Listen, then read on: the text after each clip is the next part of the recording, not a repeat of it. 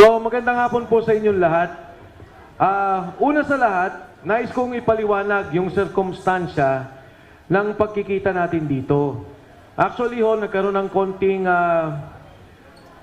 siguro hindi pagkakaintindihan sa mga kasama po natin sa Senado, pero ito po'y talagang patawag ng Senate Blue Ribbon Committee. Kanina, nandito si Senator Robin, Senator Amy Marcos, maging kahapon, dumaan po ang buting Senador Robin Padilla para tingnan at magkaroon ng ocular inspection dito sa ating kinalalagyan sa ngayon. So kung ano man po yung kaguluhan nila, dahil bukas ay special session na ng Senado, pinatawag ng palasyo. At alam natin na ito ay patungo sa pagbabago ng liderato ng Senado.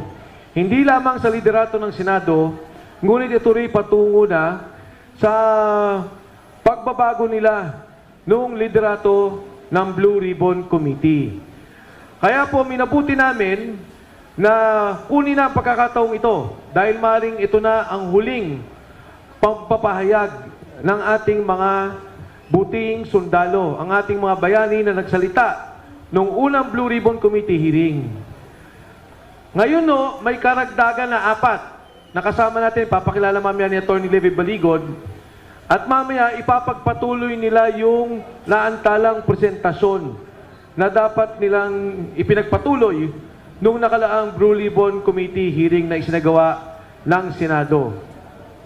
Napaka-delikado po ang sitwasyon ng ating bansa. Napakagulo ng sitwasyon ng ating bansa. Ang mga demokratikong institusyon katulad ng Senado ay binababoy, ginigipit, maging ang mga senador. Yun lang kung pagpunta nila dito ay marami ng mga pananakot na naganap. Maraming panggigipit, kaya marahil iniiwan natin sa kanila yan na pag-usapan at tingnan kung ano ang kanilang gagawin bilang grupo. Bagkus, hindi ho dapat mahinto ang paglabas ng katotohanan. Wala naman tayong ibang gusto kung hindi sabihin talaga kung ano ba yung usapin ng pera, kung ano ba yung usapin ng pondo delivery ng maleta. Kung naalala nyo, halos mag-iisang taon na, etong July, magkakaroon ulit ng SONA ang sabi, imbestigahan, alamin, ang eksaktong salita, maya naman kayo. Ngayon ho, mag-iisang taon na, kaming mga nasa harap ninyo, lahat kami nakasuhan na. Yung mga nagsasalita ng korupsyon, yung mga naglalabas ng katotohanan, ang nakakasuhan. Doon sa flood control scandal, ang meron lang kaso siguro 6 sa mga kilalang tao. 3 doon, meron pang kasama pa bilang witness o state witness ng Estado. Hindi na pwedeng kasuhan. Wala nang pondong pwedeng kunin sa kanila at mabalik sa kaban ng bayan. Ito ang galit ng taong bayan. Ito ang galit ng Pilipino. Yung katotohanan, patuloy na ayaw palabasin. Kaya ho, yung sinasabing usapin ng liderato ng Senado, yung sinasabing Constituent Assembly, wala ho yun sa aking palagay at sa palagay ng maraming tao. Ang talagang problema yung Blue Ribbon Committee. Ang talagang problema kung saan tutungo yung flood control scandal. Kaya po sa pagkakataong to, nais ko lang kilalanin, Atty. Harold Respicio, halika rito. Sumama ka sa amin. Kasama po natin to sa lahat ng labanan.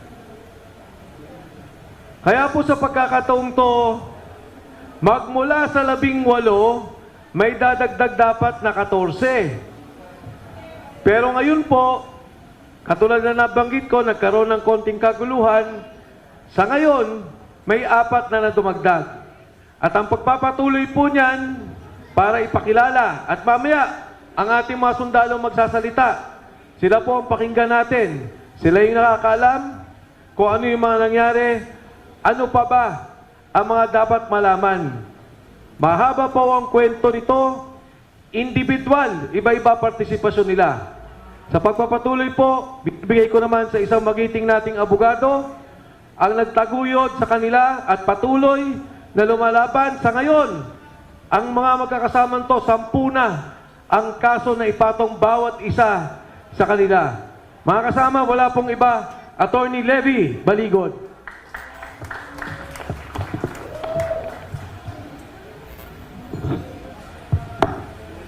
Magandang hapon po sa inyong lahat.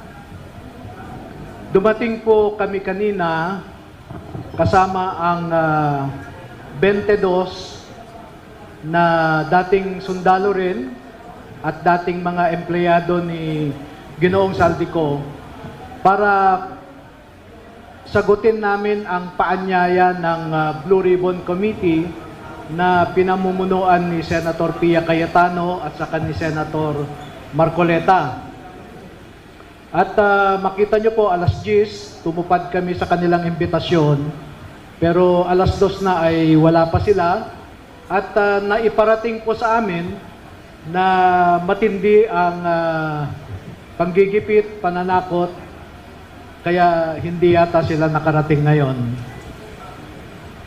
Kung ang ating mga senador ay not subjected to such pressures, ganun na rin po ang maaari naming sabihin na sa ilang buwan na, araw-araw, ay tinatakot ang ating mga witnesses, no? Itong mga 18 plus 4 na witnesses natin. Araw-araw po yan, dumadaan kami sa pananakot, dumadaan din po sila sa panunuhol, no? Singit lang po ako ha, dahil bigla kong naalala nung binabanggit niya yung mga plate number ng sasakyan na ginagamit nila. Meron po akong information, reliable po ito, na yung LTO, pinagbubura na yung record ng mga sasakyan na ginamit nila sa pagde-deliver. At kilala ko po kung sino yung nagpasimuno para burahin ang records ng mga sasakyan na ito. Balang araw ay mananagot din siya.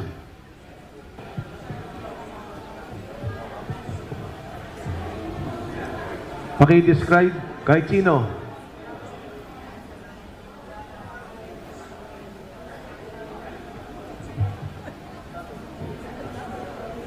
Yan po yung isang bahagi po ng pagbibilang po ng pera, sir, sa office po ng SunWest Corporation po. Saan tong office na to? Sa Tectite po, sa may Ortigas. Ay, hindi to Valle Verde. Hindi po, sir. Ah, hindi. Next.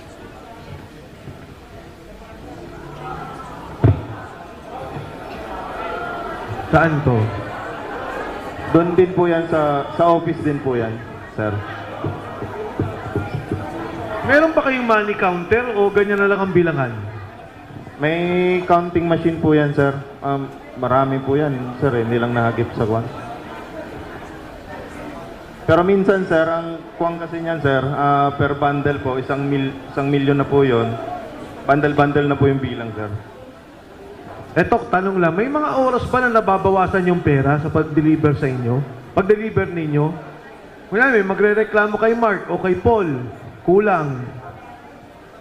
Meron sir, nagre-reklamo yung kay Kong Romualdez po na minsan kulang po yung delivery. Magkano daw kulang?